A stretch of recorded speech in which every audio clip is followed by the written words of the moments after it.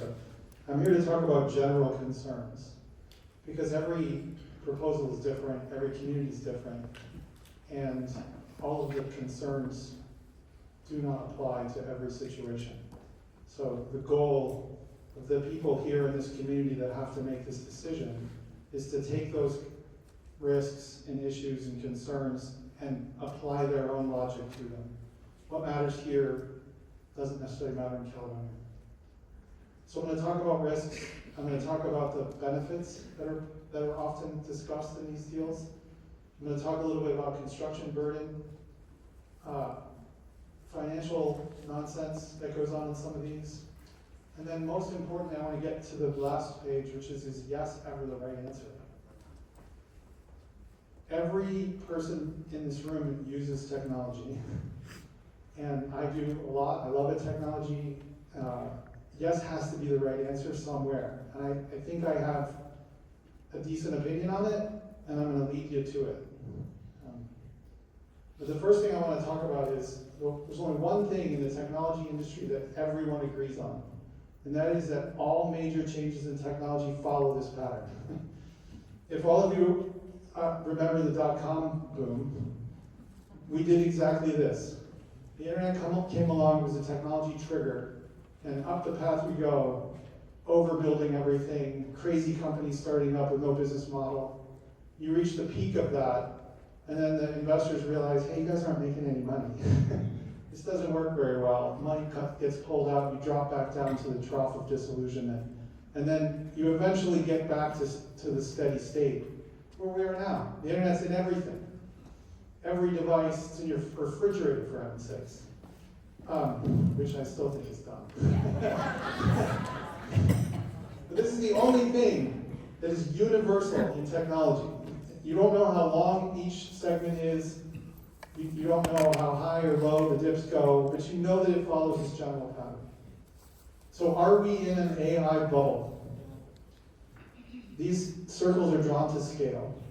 The current data center market is $350 billion, and the currently proposed aggregate of all data center proposals is $2.5 trillion. There is no industry that grows that fast and lives to tell about it. Mark Zuckerberg himself said if we end up spending a couple $100 billion, I think that's unfortunate, but he thinks the risk is higher on the other side. What is that other side?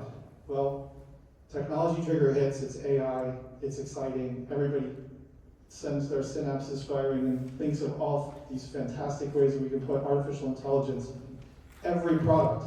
It'll be in your refrigerator. It'll order groceries for you.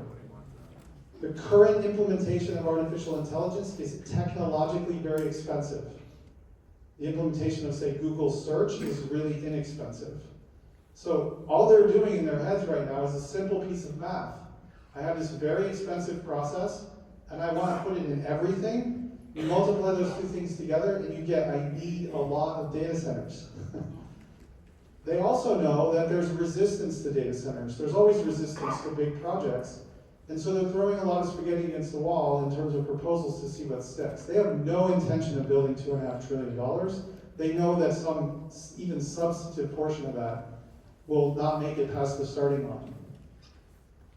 Well, the risk that they're trying to prevent is, at the current cost of artificial intelligence in computing resources, if I'm going to put that everywhere, my current data center capacity does not come anywhere close to being able to satisfy that need. So they have two things they can do. They can say, well, I'll just bet that the cost of computing will come down, or AI will fizzle out and die because it's not a cool thing anymore. Or they can start building data centers like mad. They're doing no other. A community interested in entertaining one of these proposals, though, needs to ask, what happens if that bubble bursts? And the answer to that question is, well, where am I in the process? There are different things that can happen based on where you are in that process. Are you in the middle of construction? Have you built half the buildings? Have you built the whole thing? All of those scenarios are different, and each of them needs to be entertained. At the very end of this, on the outside, there's an obsolescence risk. Nothing in technology lasts very long. Not many of you have very much technology that's older than 25 years. there are not many data centers that are older than 25 years. Technology throws itself away, reinvents itself on a regular basis, and it does it happily. Only 6% of data centers today are older than 25 years old. Technology will relentlessly innovate. And at some point, a data center is too expensive to upgrade, and it has to get converted to some other use. We have no track record on hyperscale data centers because they're brand new. This time could be different, as the old saying goes. Maybe they'll last 30, maybe they'll last 50. I don't know. But I'm gonna bet on what I know, what I've seen, which is over the last 40 years, the last 15 to 25 years, we're probably gonna be in there someplace. The only thing that's been true of technology for the last 50 years is it changes all the time. Again, this obsolescence risk begs a whole bunch of questions for a community that's planning to do this.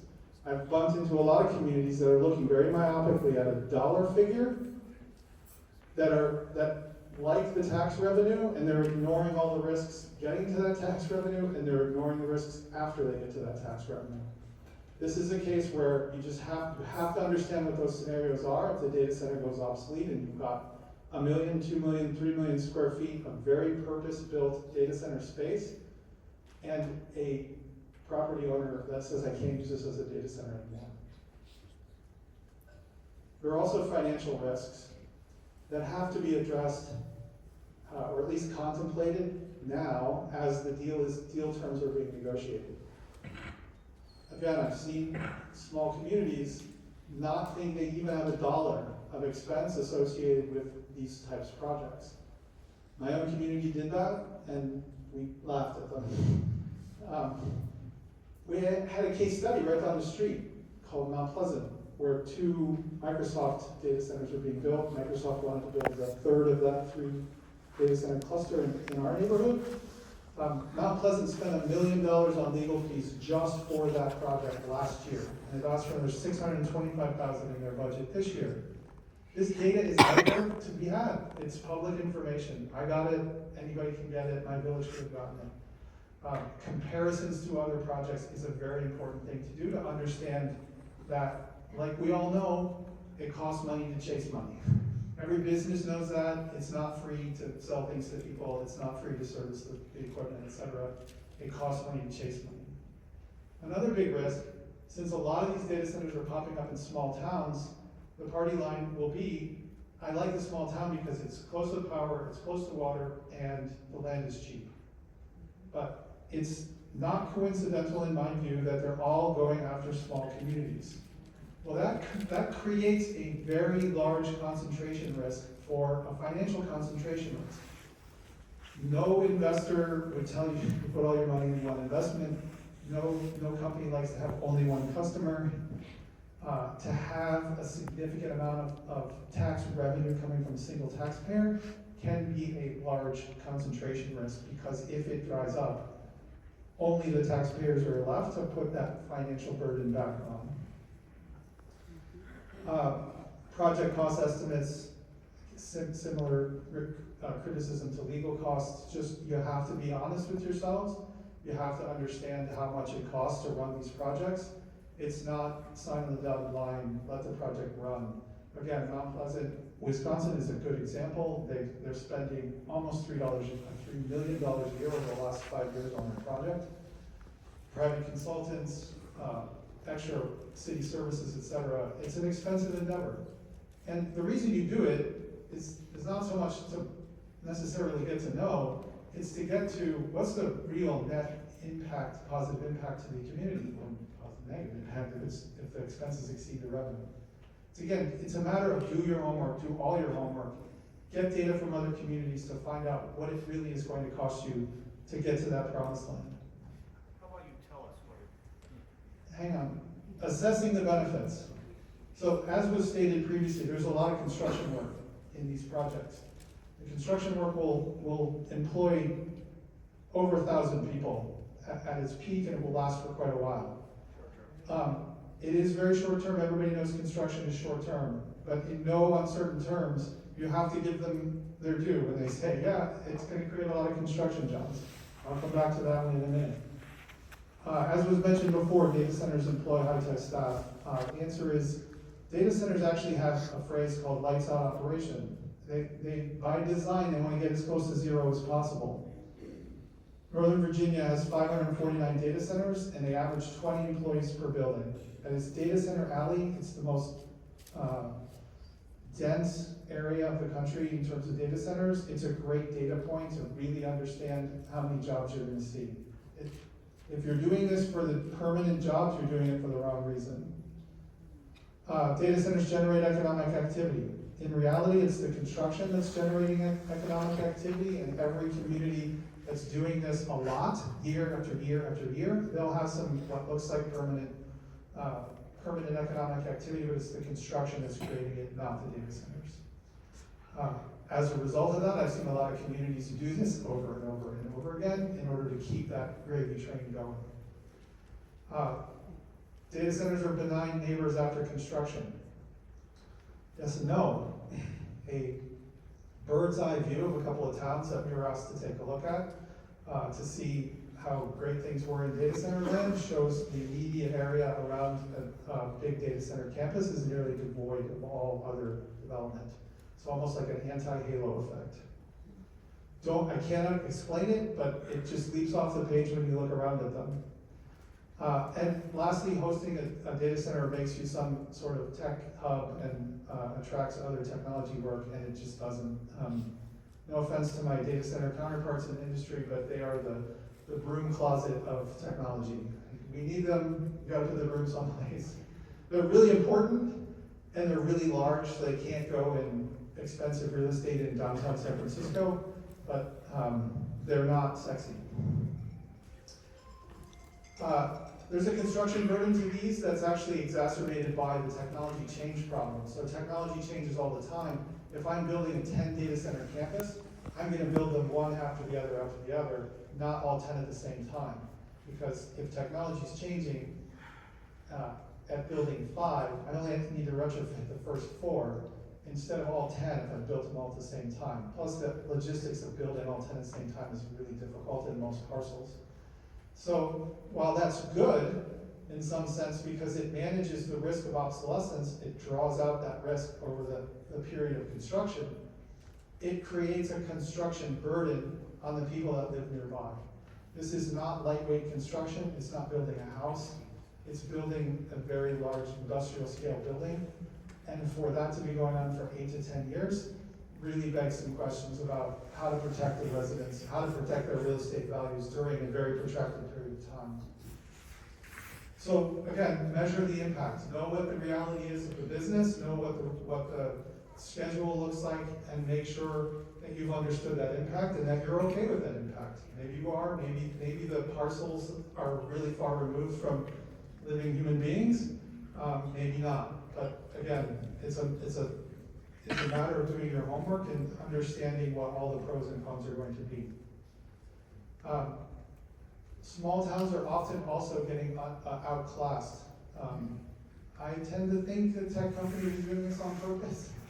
And I'm not usually a conspiracy theorist, but they're striking such bad deals for the communities that I'm sort of convinced that it's, whether it's conscious or subconscious, they like the smaller the better, because more often than not they run into folks who aren't very good at negotiating deals.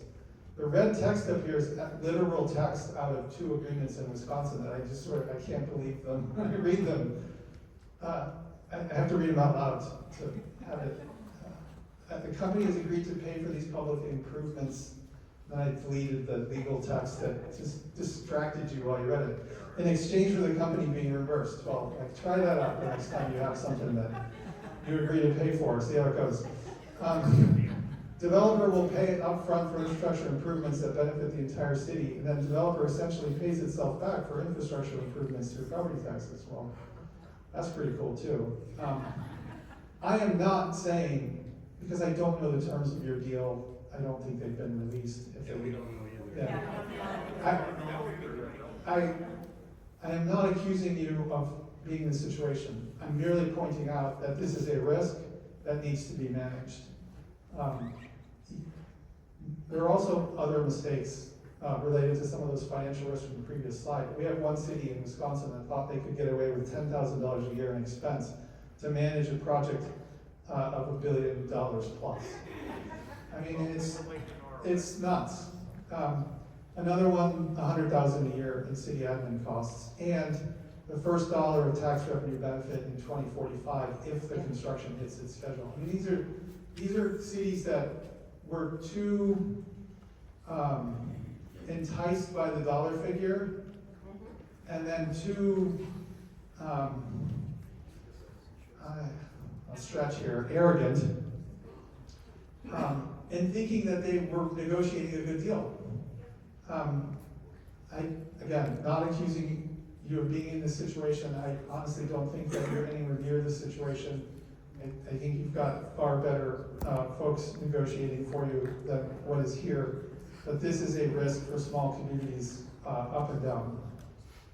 Tax breaks. This is going to be state specific because every state has different types of tax breaks and mechanisms for doing them.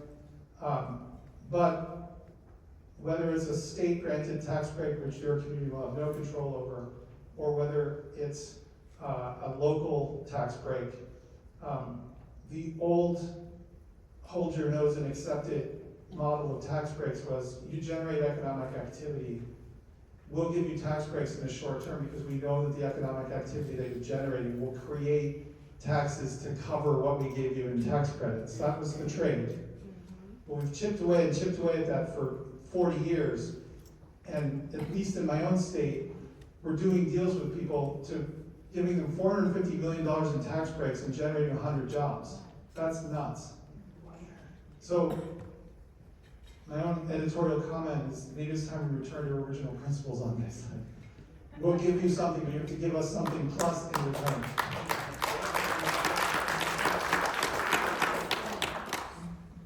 So now the party people are waiting for. Where do they work? So, sorry I'm running late. That's all right. Loudoun County, Virginia, highest concentration of data centers. They've decided they want to be in the data center business, and they're building the heck out of them. They have 549 in Northern Virginia. Think about that. Prineville, Oregon. They had a distressed economy post-2008. Biggest employers in town shut down. They were in dire straits. They got a call from Meta, said, yep, we'll do it. And then they got a call from Apple, we'll do some more. And they've been doing more for the last 15 years. Steady construction all 15 years. It's been helping them out. Can they stop? I doubt it. But they were in dire straits. They needed to do something, so they signed up for it, and they're continuing. Silicon Valley also has a legacy of 150 data centers. There's not a lot being built there now because it's too expensive. Phoenix, Arizona, don't know why. It seems like it would be impossible to cool data centers there, but they've got 100 of them. The theme here is they work where you do a lot of them. If you want economic development out of them, you have to keep doing the construction because that's where it comes from. If you have an economy that needs rescuing, maybe you should consider it. But in every place that I've seen, they're like potato chips. You can't have just one. So why yes? Large amount of revenue, little need for services. If the local economy is distressed, if you're desperate for development, if you want to diversify your tax revenue, if you have a tax base that can absorb the loss after obsolescence, just be ready to do more than one. We've talked about all the risks on the other side. I don't need to repeat them. So here's closing my opinion. If you have the expertise and expense to negotiate fair deals, if you have the resources to manage the oversized projects, you have the tax base that can absorb the loss of revenue at obsolescence, then maybe it could work for you. We have to have them somewhere. We've all voted with our wallets on that. They've got to be somewhere.